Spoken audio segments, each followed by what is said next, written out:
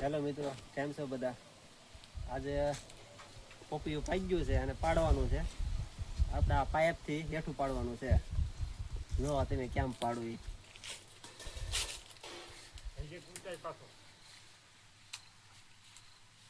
જો આવી ગયું આપણું પોપિયું હાથમાં. હેલો મિત્રો, આપણે આવી ગયા છે આ બીજા પોપિયું પાડવા. તો આને એમ જ પાડવાનું છે.